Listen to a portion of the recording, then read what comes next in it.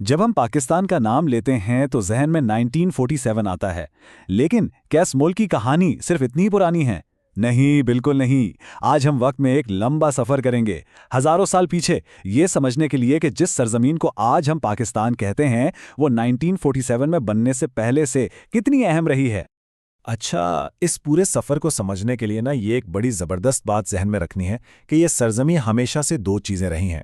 ایک تو یہ تہذیب کا گہوارہ تھی جہاں دنیا کی عظیم ترین تہذیبوں نے جنم لیا، اور دوسرا یہ ایک سنگم تھی، ایک کراس روڈز، جہاں مشرق اور مغرب سے آنے والے قافلے اور خیالات آ کر ملتے تھے۔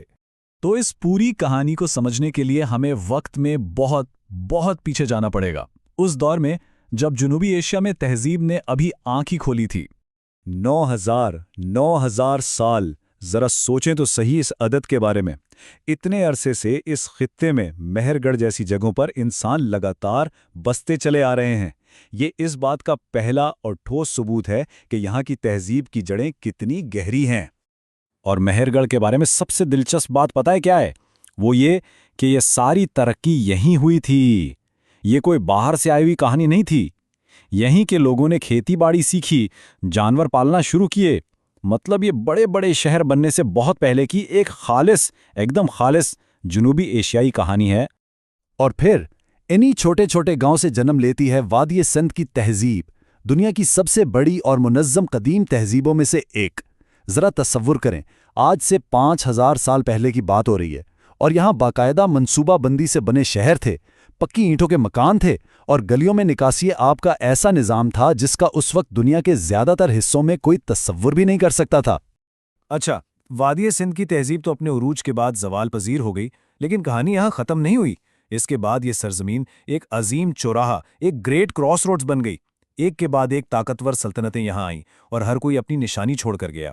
اور یہ جو گیٹ وے یا دروازے والی بات ہے وہ یہاں بالکل صاف نظر آتی ہے۔ دیکھیں، 1,000 سال سے بھی زیادہ عرصے تک کیا ہوتا رہا؟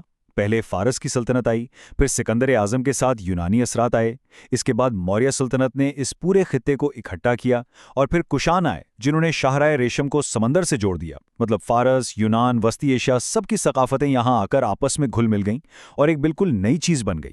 اب یہاں سے خطے کی تاریخ ایک نیا اور بہت اہم موڑ لیتی ہے۔ 8ویں صدی میں اسلام کی آمد ہوتی ہے، جو یہاں کی ثقافت اور سیاست کی شکل ہمیشہ کے لیے بدل دے گی۔ تو شروعات ہوتی ہے 712 عیسوی میں عرب جنرل محمد بن قاسم سے، جو سندھ میں حکومت قائم کرتے ہیں، اور اس کے بعد پھر صدیوں تک ترک اور افغان خاندانوں کی حکومتیں رہیں، جیسے دہلی سلطنت۔ اور ان سلطنتوں نے صرف حکومت نہیں کی، انہوں نے ایک بہت بڑا کام یہ کیا کہ جنوبی ایشیا کو منگولوں کے حملوں سے بچا کے رکھا، اور اسی تحفظ کی وجہ سے یہاں ایک بالکل منفرد قسم کی ہند اسلامی ثقافت کو پھلنے پھولنے کا موقع ملا۔ اور اس ہند اسلامی ثقافت کا جو عروج تھا وہ ہمیں مغلیہ سلطنت میں نظر آتا ہے۔ مغل تو اس ثقافتی ملاپ کے ماسٹرز تھے۔ ان کا اثر آج بھی پاکستان میں ہر جگہ نظر آتا ہے، خاص طور پر ان کے فن تعمیر میں۔ لاہور کا قلعہ ہو، بادشاہی مسجد، شالیمار باغ، یا پھر جہانگیر کا مقبرہ، یہ سب اسی عظیم دور کی یادگاریں ہیں۔ لیکن پھر مغلوں کی طاقت بھی زوال کا شکار ہونے لگی، اور جیسے ہی وہ کمزور ہوئے، میدان میں آ گئی برطانوی ایسٹ انڈیا کمپنی۔ بس یہیں سے نوآبادیاتی دور کا آغاز ہوا، اور اسی کے رد عمل میں ایک نئے سیاسی نظریے نے جنم لینا شروع کیا۔ دیکھیں، انگریزوں نے حکومت کا پورا نظام ہی بدل دیا۔ جہاں مغل مقامی راجوں اور اتحاد کے ذریعے حکومت کرتے تھے، وہیں انگریزوں نے 1857 کے بعد سیدھا اپنا کنٹرول قائم کر لیا۔ انہوں نے اپنے فائدے کے لیے ریلوے جیسا انفراسٹرکچر بنایا۔ اس سب کے ساتھ جو نئی سیاسی حقیقتیں پیدا ہوئیں، اس نے مسلمان رہنماؤں کو پریشان کر دیا۔ انہیں یہ ڈر ستانے لگا کہ جب انگریز چلے جائیں گے تو ایک ہندو اکثریت والے ہندوستان میں ان کی کمیونٹی کا مستقبل کیا ہوگا۔ اور اسی سوچ کے پس منظر میں یہ ایک تاریخی لمحہ آتا ہے۔ 1930 میں علامہ اقبال نے پہلی بار اتنی وضاحت سے ایک الگ، خود مختار مسلم ریاست کا تصور پیش کیا۔ انہوں نے کہا کہ پنجاب، شمال مغربی سرحدی صوبہ، سندھ اور بلوچستان کو ملا کر ایک ریاست بننی چاہیے، اور یہی مسلمانوں کی حتمی منزل ہے۔ تو جو بات ایک خواب، ایک ویژن کے طور پر شروع ہوئی تھی، اسے 1933 میں چودھری رحمت علی نے ایک نام دے دیا، پاکستان۔ اور یہ صرف ایک نام نہیں تھا، یہ ایک مخفف تھا۔ پنجاب، افغانیہ یعنی خیبر پختونخوا، کشمیر، سندھ اور بلوچستان، اس ایک نام نے پوری تحریک میں ایک نئی جان ڈال دی۔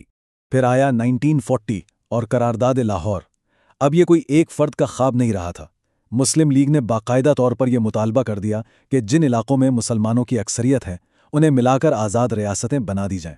بس اب پاکستان کا خیال محمد علی جناح کی قیادت میں مسلم لیگ کا سب سے بڑا سیاسی ہدف بن چکا تھا۔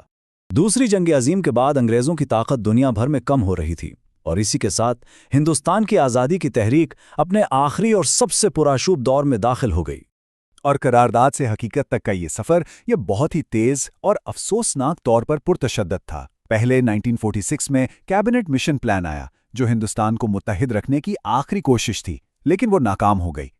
پھر جناح کی کال پر یوم راست اقدام کے بعد فرقہ وارانہ فسادات پھوٹ پڑے جس نے فاصلے اور بڑھا دیے۔ آخری وائسرائے لارڈ ماؤنٹ بیٹن آئے جن کا کام تھا جلدی سے جلدی انگریزوں کو یہاں سے نکالنا، اور اسی جلد بازی میں ریڈ کلف لائن کھینچ کر پنجاب اور بنگال کو مذہب کی بنیاد پر تقسیم کر دیا گیا، اور آخرکار 14 اگست 1947 کو پاکستان وجود میں آ گیا۔